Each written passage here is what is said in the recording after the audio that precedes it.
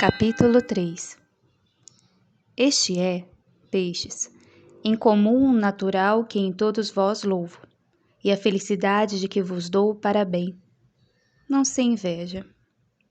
Descendo ao particular, infinita matéria fora se houvera de discorrer pelas virtudes de que o autor da natureza adotou e fez admirável em cada um de vós. De alguns somente farei menção. E o que tem o primeiro lugar entre todos, como tão celebrado na Escritura, é aquele santo peixe de Tobias, a quem o texto sagrado não dá outro nome que de grande, como verdadeiramente o foi nas virtudes interiores, em que só consiste a verdadeira grandeza. Ia Tobias caminhando com o anjo São Rafael, que o acompanhava, e descendo a lavar os pés do pó do caminho nas margens de um rio, eis que o investe um grande peixe com a boca aberta, em ação de que o queria tragar. Gritou Tobias assombrado, mas o anjo lhe disse que pegasse no peixe pela barbatana e o arrastasse para a terra, que o abrisse e lhe tirasse as entranhas e as guardasse, porque lhe haviam de servir muito. Fê-lo assim Tobias, e perguntando que virtude tinham as entranhas daquele peixe que lhe mandara guardar, respondeu o anjo que o fel era bom para sarar da cegueira e o coração para lançar fora os demônios. Cordis eius particulam, se super carbonis ponas, fumus eius extricat, homini genus demoniorum, et fel valet adiungendus oculus, in quibus feret albugo, et sanabuntur.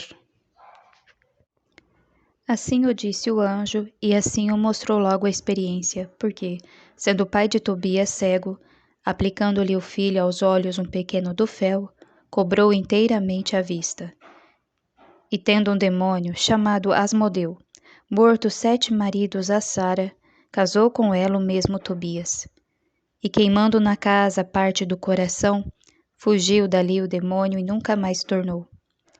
De sorte que o fel daquele peixe tirou a cegueira a Tobias, o velho, e lançou os demônios da casa a Tobias, o moço. Um peixe de tão bom coração e de tão proveitoso fel, quem o não louvará mais? Certo que se a este peixe o vestiram de burel e o ataram com uma corda, parecia um retrato marítimo de Santo Antônio. Abria Santo Antônio a boca contra os hereges e enviava-se a eles, levado do fervor e zelo da fé e glória divina. E eles que faziam? Gritavam como Tobias e assombravam-se com aquele homem e cuidavam que os queria comer. Ah, homens, se houvesse um anjo que vos revelasse qual é o coração desse homem e esse fel que tanto vos amarga, quão proveitoso e quão necessário vos é. Se vós lhe abrisseis esse peito e lhe visseis as entranhas, como é certo que havíeis de achar e conhecer claramente nelas que só 2 coisas pretende de vós e convosco.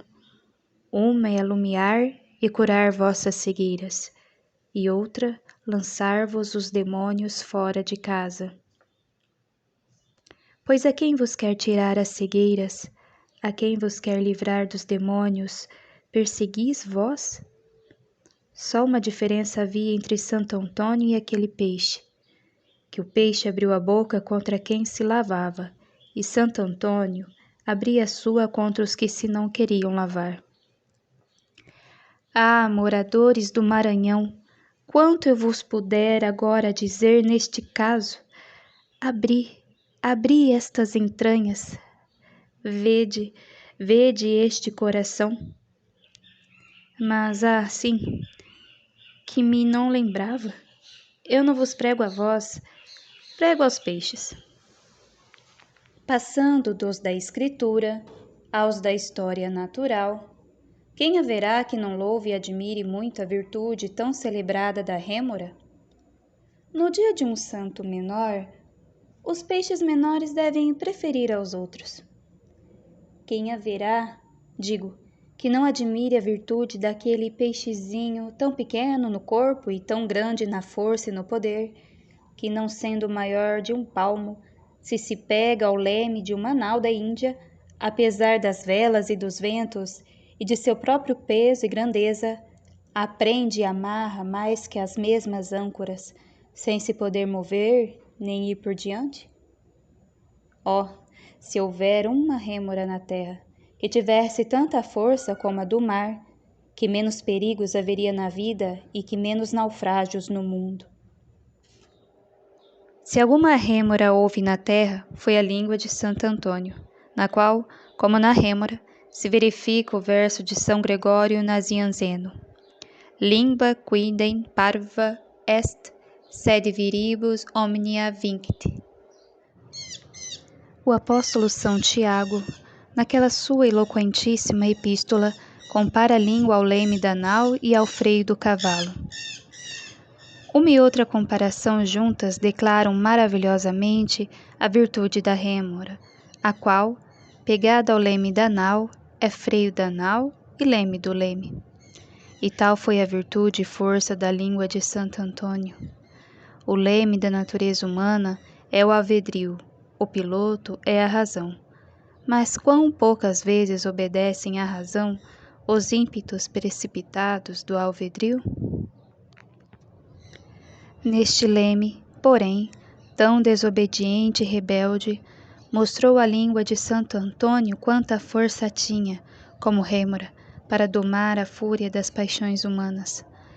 Quantos, correndo fortuna na nau soberba, com as velas inchadas do vento e da mesma soberba, que também é vento, se iam desfazer nos baixos, que já rebentavam por proa, se a língua de Santo Antônio, como rêmora, não tivesse mão no leme, até que as velas se amainassem como mandava a razão, e cessasse a tempestade de fora e a de dentro? Quantos, embarcados na nau Vingança, com a artilharia, a bocada e os botafogos acesos, corriam enfunados a dar-se batalha, onde se queimariam ou deitariam a pique, se a rêmora da língua de Antônio lhes não detivesse a fúria, até que composta a ira e o ódio, com bandeiras de paz, se salvassem amigavelmente?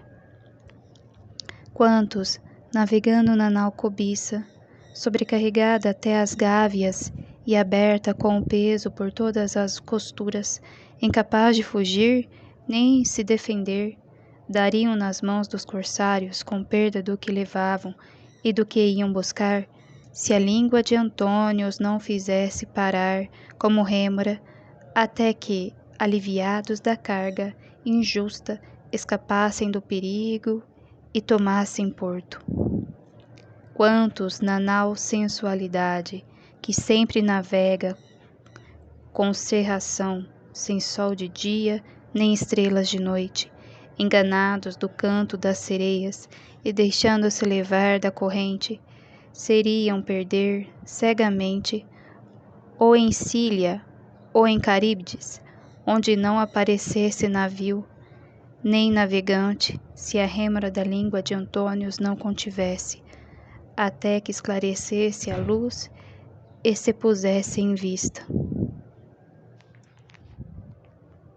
Esta é a língua, peixes, do vosso grande pregador, que também foi rêmora vossa, enquanto o ouvistes.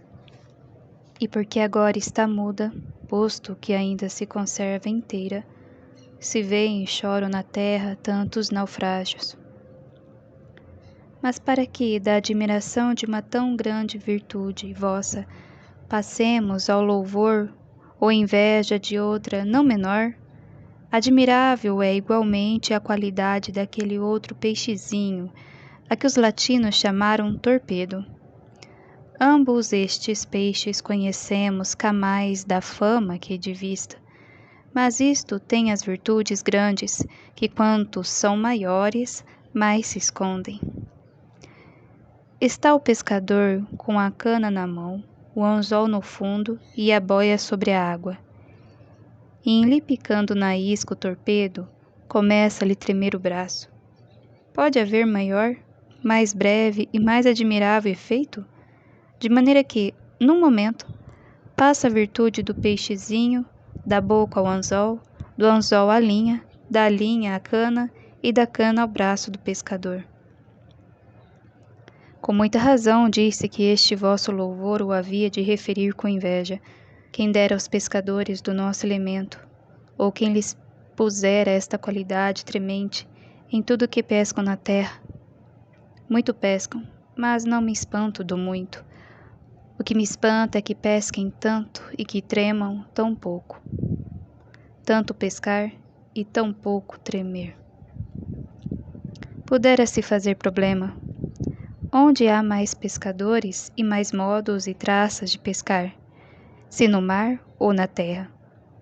E é certo que na terra. Não quero discorrer por eles, ainda que fora grande consolação para os peixes. Baste fazer a comparação com a cana, pois é o instrumento do nosso caso. No mar, pescam as canas, na terra, as varas, e tanta sorte de varas. Pescam as ginetas, pescam as bengalas, pescam os bastões e até os sceptros pescam, e pescam mais que todos porque pescam cidades e reinos inteiros. Pois é possível que, pescando os homens coisas de tanto peso, lhes não trema a mão e o braço? Se eu pregar aos homens e tiver a língua de Santo Antônio, eu os fizera tremer. 22 pescadores destes se acharam à casa um sermão de Santo Antônio, e as palavras dos santos fizeram tremer a todos, de sorte que todos, tremendo, se lançaram a seus pés. Todos, tremendo, confessaram seus furtos. Todos, tremendo, restituíram o que podiam. Que isto é o que faz tremer mais neste pecado que nos outros. Todos, enfim, mudaram de vida e de ofício e se emendaram. Quero acabar esse discurso dos louvores e virtudes dos peixes com um, que não sei se foi ouvinte de Santo Antônio e aprendeu dele a pregar. A verdade é que me pregou a mim, e se eu fora outro, também me convertera. Navegando de aqui para o Pará, que é bem não fique de fora os peixes da nossa costa, vi correr pela tona da água, de quando em quando, a saltos, um cardume de peixinhos que não conhecia. E como me dissessem que os portugueses lhe chamavam 4 olhos, quis averiguar ocularmente a razão deste nome, e achei que verdadeiramente tem 4 olhos, em tudo cabais e perfeitos. Dá graças a Deus, lhe disse, e louva a liberalidade de sua divina providência para contigo, pois às águias, que são os linces do ar, deu somente 2 olhos, e aos linces, que são as águias da terra, também 2, e a ti, peixezinho, 4. Mais me admirei ainda, considerando nesta maravilha a circunstância do lugar. Tantos instrumentos de vista a um bichinho do mar, nas praias daquelas mesmas terras vastíssimas, onde permite Deus que estejam vivendo em cegueira tantos milhares de gentes há tantos séculos. Ó, quão altas e incompreensíveis são as razões de Deus e quão profundo o abismo de seus juízos. Filosofando, pois, sobre a causa natural desta providência, notei que aqueles 4 olhos estão lançados um pouco fora do lugar ordinário, e cada par deles unidos como os 2 vidros de um relógio de areia, em tal forma que os da parte superior olham direitamente para cima e os da parte inferior direitamente para baixo. E a razão desta nova arquitetura é porque estes peixinhos, que sempre andam na superfície da água, não só são perseguidos dos outros peixes maiores do mar, senão também de grande quantidade de aves marítimas que vivem naquelas praias. E como têm inimigos no mar e inimigos no ar, dobrou-lhes a natureza as sentinelas, e deu-lhes 2 olhos, que direitamente olhassem para cima, para se vigiarem das aves, e outros 2 que direitamente olhassem para baixo, para se vigiarem dos peixes. Ó, que bem formara estes 4 olhos uma alma racional, e que bem empregada fora neles, melhor que em muitos homens. Esta é a pregação que me fez aquele peixezinho, ensinando-me que, se tenho fé e uso da razão, só devo olhar direitamente para cima e só direitamente para baixo. Para cima, considerando que há céu, e para baixo, lembrando-me que há inferno. Não me alegou para isso o passo da Escritura, mas então me ensinou o que quis dizer Davi em um que eu não entendia. Averte oculos meus, ne videant vanitatem. Voltai-me, Senhor, os olhos, para que não vejam a vaidade. Pois Davi não podia voltar os seus olhos para onde quisesse? Do modo que ele queria, não. Ele queria voltados os seus olhos, de modo que não vissem a vaidade, e isto não podia fazer neste mundo, para qualquer parte que voltasse os olhos, porque neste mundo tudo é vaidade. Vanitas vanitatum et omnia vanitas. Logo, para não verem os olhos de Davi a vaidade, havia-lhes de voltar Deus de modo que só vissem e olhassem para o outro mundo em ambos seus hemisférios, ou para o de cima, olhando direitamente só para o céu, ou para o de baixo, olhando direitamente só para o inferno. E esta é a mercê que pedi a Deus aquele grande profeta, e esta a doutrina que me pregou aquele peixezinho tão pequeno. Mas ainda que o céu e o inferno se não fez para vós, irmãos peixes, acabo e dou fim a vossos louvores, com vos dar as graças, do muito que ajudais a ir ao céu, e não ao inferno, os que se sustentam de vós. Vós sois os que sustentais as cartuchas e os buçacos, e todas as santas famílias que professam mais rigorosa austeridade. Vós, os que a todos os verdadeiros cristãos ajudais a levar a penitência das quaresmas. Vós, aqueles com que o mesmo Cristo festejou a Páscoa, as 2 vezes que comeu com seus discípulos, depois de ressuscitado. Prezem-se as aves e os animais terrestres de fazer esplêndidos e custosos os banquetes dos ricos. E vós, gloriai-vos de ser companheiros do jejum e da abstinência dos justos.